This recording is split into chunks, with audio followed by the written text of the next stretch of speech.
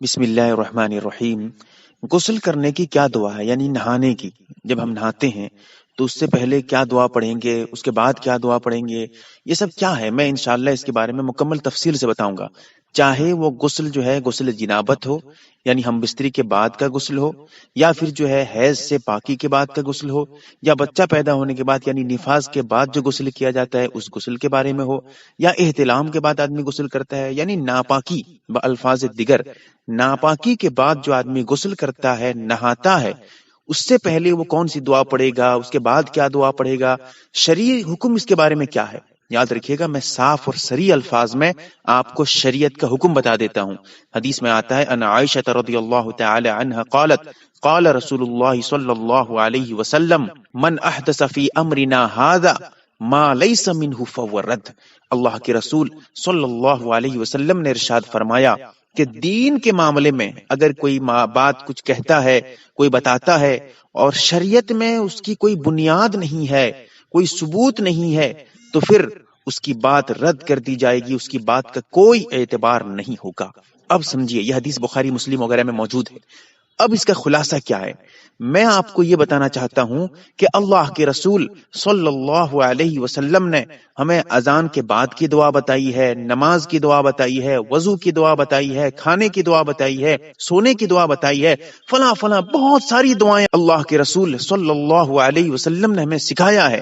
لیکن کبھی بھی اللہ کے رسول صلی اللہ علیہ وسلم نے ہمیں غسل کرنے کے پہلے دعا، غسل کرنے کے بعد کی دعا، ایسی کوئی دعا اللہ کے رسول صلی اللہ علیہ وسلم نے سکھائی نہیں ہے۔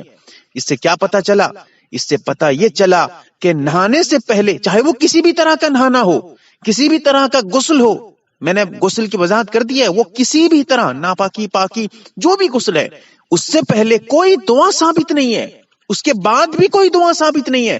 اس سے معلوم ہوا یہ جو آج کل دعا بتاتے ہیں، یہ دعا پڑھو، ایسے کرو، یہ کلمہ پڑھو، اے کرو، تیسرا کلمہ پڑھو، وغیرہ وغیرہ، یہ سب من گھڑت ہے، اسلام سے اس کا کوئی تعلق نہیں۔ آج کل اپنی مرضی سے اپنے دل میں کوئی بات آ گئی، بس اسی کو وہ بیان کرتے چلے جاتے ہیں، شریعت کا حکم بتاتے چلے جاتے ہیں، یہ دعا پڑھو ورنہ غسل تمہارا صحیح نہیں ہوگا۔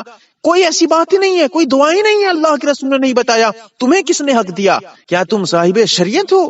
کیا تم جو ہے اللہ کے رسول صلی اللہ علیہ وسلم سے زیادہ دین جاننے والے ہو؟ آج تم آئے ہو کہ غسل سے پہلے کی دعا سکھانے کے لیے، غسل کے بعد کی دعا سکھانے کے لیے، غسل کے درمیان دعا کے بارے میں۔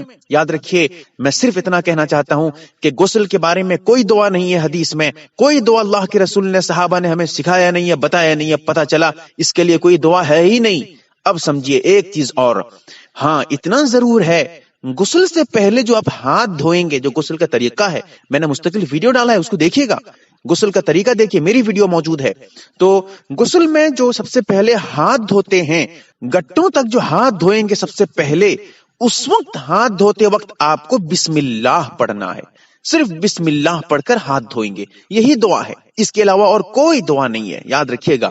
اور جہاں تک غسل میں جو وضو کریں گے، وضو کی دعا آپ پڑھنا چاہیں گے، وہ تو ہر وضو کے بارے میں ہے، تو وضو کی دعا تو وہ تو الگ ہی ہے، اس کو آپ پڑھ سکتے ہیں، لیکن غسل کے لیے، نہانے کے لیے کوئی دعا، ایسی کوئی بات نہیں ہے۔ اللہ سے دعا کریں کہ اللہ تعالیٰ نئی نئی باتوں سے، ایسی باتوں سے اللہ تعالیٰ ایسے کام سے ہماری حفاظت فرمائے جو دین میں نہیں ہے۔ یاد رکھیے گا، دین میں جو چیز نہیں ہے، جو کام دین میں نہیں ہے، آپ اس کو دین سمجھ کر، شریعت سمجھ کر عمل کریں گے، یہ بدعت ہوگا، اور بدعت اتنی خطرناک چیز ہے جو آپ کو سیدھا جہنم کے راستے تک، وہاں لے کر آپ کو جہنم میں پہنچا دینے والا کام ہے یہ بدعت، اسی لیے مکمل اس سے بچا کریں۔